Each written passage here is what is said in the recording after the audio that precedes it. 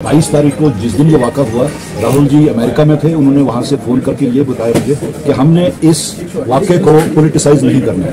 नाम के बारे में कहा, सबसे पहले जो हमें मीडिया से जानने को मिला कि 3 दिन पहले एडमिनिस्ट्रेशन को ये इतला थी कि जम्मू कश्मीर में, खासतौर से वादी कश्मीर में कुछ होने वाला है।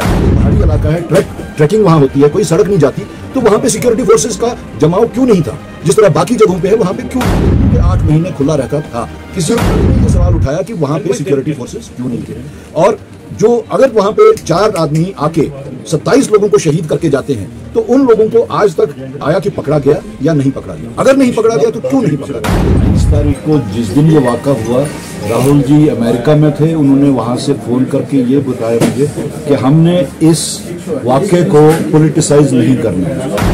अपने कारकुनों से खिताब करते हुए ये बताया कि 22 तारीख को जिस दिन ये वाक़ा हुआ, राहुल जी अमेरिका में थे। उन्होंने वहां से फोन करके ये बताया मुझे कि हमने इस वाक़े को पॉलिटिसाइज नहीं करना है और हम नेशन के साथ हैं और नेशन के इंटरेस्ट में सरकार, मौजूदा सरकार जो भी इकदाम उठाएगी, जितने भी इकदाम उठाएगी, हम उनकी सॉलिडारिटी में, नेशन की सॉलिडारिटी में उनके साथ, और वक्त आने पे हम सवालात भी उठाएंगे।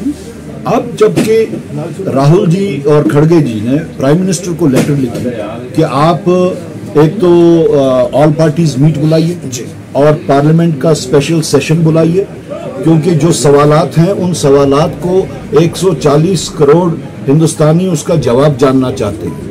अब चूंकि वो इसके भी इतने दिन गुजरने के बाद भी टाल मटोल कर रहे हैं, तो हमने ये फैसला किया कि अगर वो पार्लियामेंट में जवाब नहीं देंगे तो हम अवाम की अदालत में ये सवालात डालेंगे। और जो उसके वो आज हमने शुरुआत की जम्मू कश्मीर में, जिसमें हमने पहलगाम के बारे में कहा। सबसे पहले जो हमें मीडिया से जानने को मिला कि 3 दिन पहले एडमिनिस्ट्रेशन को ये इतला थी कि जम्मू कश्मीर में, खासतौर से वादी कश्मीर में कुछ होने वाला है।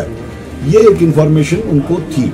अगर उनको इन्फॉर्मेशन थी तो उन्होंने उसके बारे में कौन से प्रिवेंटिव मेजर्स लिए, और अगर उसके बावजूद भी जो बाइसरन इलाका है, पहाड़ी इलाका है, ट्रैकिंग वहां होती है, कोई सड़क नहीं जाती, तो वहां पे सिक्योरिटी फोर्सेस का जमाव क्यों नहीं था जिस तरह बाकी जगहों पे है? वहां पे क्यों नहीं था?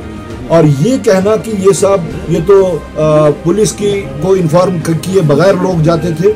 हमें हमारी जानकारी जो है वो ये है कि बाइसरन टूरिस्ट के वास्ते पूरे 8 महीने खुला रहता था, किसी की कोई परमिशन की जरूरत नहीं होती थी। इसलिए हमने ये सवाल उठाया कि वहां पे सिक्योरिटी फोर्सेस क्यों नहीं थे।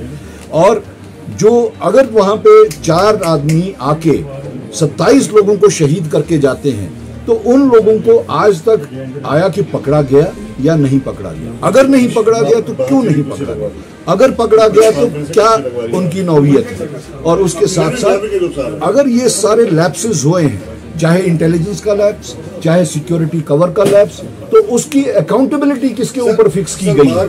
इसलिए हमने ये एक तो पहलगाम के ऊपर हमने सवालात उठाए। दूसरा, जिस वक्त अब हिंदुस्तान और पाकिस्तान के दरमियान में जिस वक्त हालात खराब हो गए और उन्होंने यहाँ पे शहरी आबादी पे अनप्रोवोक्ड जो गोलाबारी हुई और फिर अचानक से उन्होंने सीज फायर किया। हमारा सवाल ये है कि सीज फायर हिंदुस्तान और पाकिस्तान ने खुद से नहीं किया। ये एक ट्वीट जो है प्रेसिडेंट ट्रंप के ट्वीट के बाद में जो आपने ये सीज फायर किया, this is totally, first of all this is totally unprecedented.